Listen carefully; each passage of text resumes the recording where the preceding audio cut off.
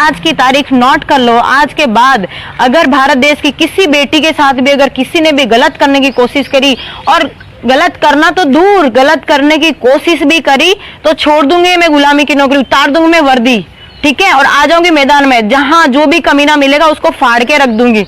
बात ईमान पे आ जाती है। वो साले हरामियों की इतना, आज मैं खुल के बोल रही हूँ कि उन साले हरामियों की इतनी औकात कि वो लोग मुझे दारू पिलाने की बात कर रहे हैं, खुद साले हरामी पी के आए और वो लोग मुझे पिलाने की बात कर रहे हैं। शुक्र मनाओ मैं उस दिन वर्दी में थी, वरना आपका जो बेटा और वो जो उसके लफंगे यार थे ना, कब तक टूट चुके होते, हाथ पैर और अपने सारे प्राइवेट पार्ट सब तुड़वा के जाते हरामी मुझसे।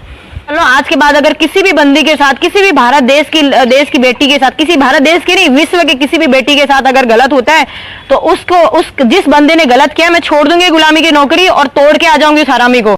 समझना मैं क्या तोड़ दूंगी, और दोबारा कहीं मुंह दिखाए क्या, जिंदा नहीं बचेगा, मैं जान से मार डालूंगी उसको। ये खुली धमकी है। जिसको मेरे को अरेस्ट करना है कर लो, जिसको जो करना हो कर लो, नहीं डरती मैं किसी के बाप से। अगेन जय हिंद टू ऑल ऑफ यू। आज जो लाइव आने का खास रीज़न है वो ये है कि जैसे ही मैं सुबह उठी, मुझे कहीं किसी ने एक लिंक शेयर करा था।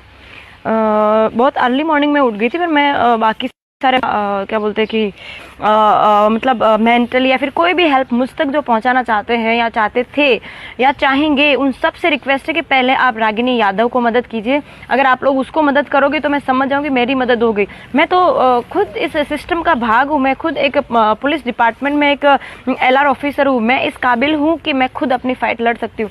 मैं ये तो नहीं कहूँगी आपकी ज़रूरत नहीं है, पर मैं ये कह सकती हूँ कि मैं खुद कानून की रखवाली हूँ या फिर मेरा फ़र्ज़ है कानून का जो है वो कानून कायदे का पालन करवाना। तो अगर मैं लोगों को मदद कर सकती हूँ तो मैं खुद की मदद कर सकती हूँ, इतनी काबिल हूँ। लेकिन जो रागिनी यादव है, मैं चाहती हूँ कि आप सब लोग उनको हेल्प करें। मैं चाहती हूँ कि आप उनको हेल्प करें। आप जो भी मुझे मदद करना चाहते थे, आप लोग अगर उनको मदद कर देंगे तो मैं समझूंगी कि यस, आप लोगों ने मेरी मदद कर दी है। अब ज़्यादा तो मैं आपको क्या कहूँ, मैं ये कह सकती हूँ कि उस दिन मेरे साथ जो घटना घटी थी, उस टाइम ही मैं ये प्रॉब्लम की सॉल्यूशन निकाल सकती थी। मेरे साथ जो हुआ उस दिन, वो तो सिर्फ 6 या 7 बंदे थे, 6 बंदे थे। वो तो सिर्फ 6-7 थे और 2 एक्स्ट्रा भी और देखने वाले आ गए थे। कुल मिला के 6-7 बंदे वहाँ पे थे। वो तो 6-7 ही थे। अगर वहाँ पे 60-70 या 80 बंदे होते ना, तो भी मैं उनकी हड्डी पसली तोड़ सकती थी। अकेले में इतनी हिम्मत है। हमारे पुलिस डिपार्टमेंट में NCC में जो मैंने 4 साल बिताए, वो मैंने ऐसे ही नहीं बिताए। मुझ में इतनी हिम्मत है कि मैं अकेली 70 से 80 लोगों का सामना कर सकती हूँ। हम लोगों ने 8 महीने दिन रात जो मेहनत करी है, वो ऐसे ही नहीं करी है। सुबह मैंने PTC जूनागढ़ से ट्रेनिंग ली है। जो लोग जानते हैं उनको पता ही होगा, जो नहीं जानते उनको बता दूं कि PTC जूनागढ़ जो पुलिस ट्रेनिंग कॉलेज है, वहाँ पे हम लोगों को एक से बढ़कर एक ADI मतलब ADI से हम लोगों को ये सेल्फ डिफेंस का शिक्षण मिला है। और उन लोगों ने हम लोगों को इतना तैयार करके बाहर निकाला है कि मैं अकेली नहीं, वहाँ पे 1700 बंदियाँ ट्रेनिंग में थी। वो एक बंदी में इतनी पावर है कि वो अकेली इतने सारे लोगों को फाइट कर सकती है। ये तो सिस्टम है जो हम लोग को मजबूर कर रहा है शांति से बैठने के लिए।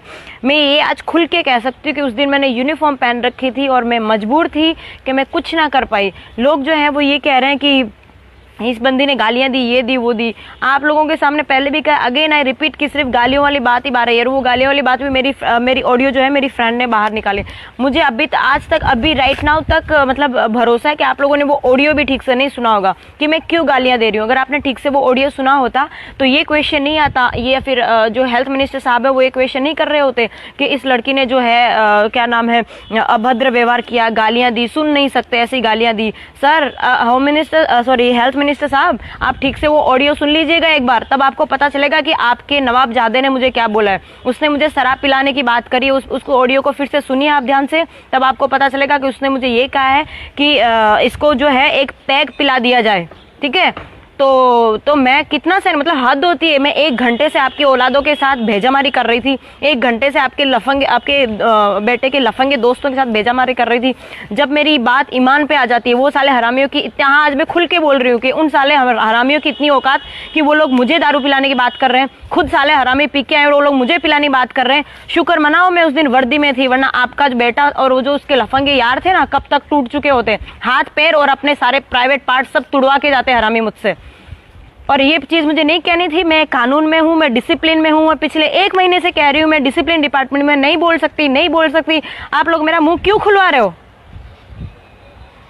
मेरे खिलाफ आप लोग इंक्वायरीज करवा रहे हो, मेरे खिलाफ लोगों को इकट्ठा, भाड़ों के टट्टू को इकट्ठा करवा के मेरे पीछा करवा रहे हो, मेरे खिलाफ लोगों के सामने आप जो है लोगों को भाड़े के टट्टू को इकट्ठा करवा रहे हो, मेरा विरोध करवा रहे हो। क्यों? अगेन बोल दूं हेल्थ मिनिस्टर साहब, ये सत्य है ना, वो परेशान हो सकता है, पराजित नहीं।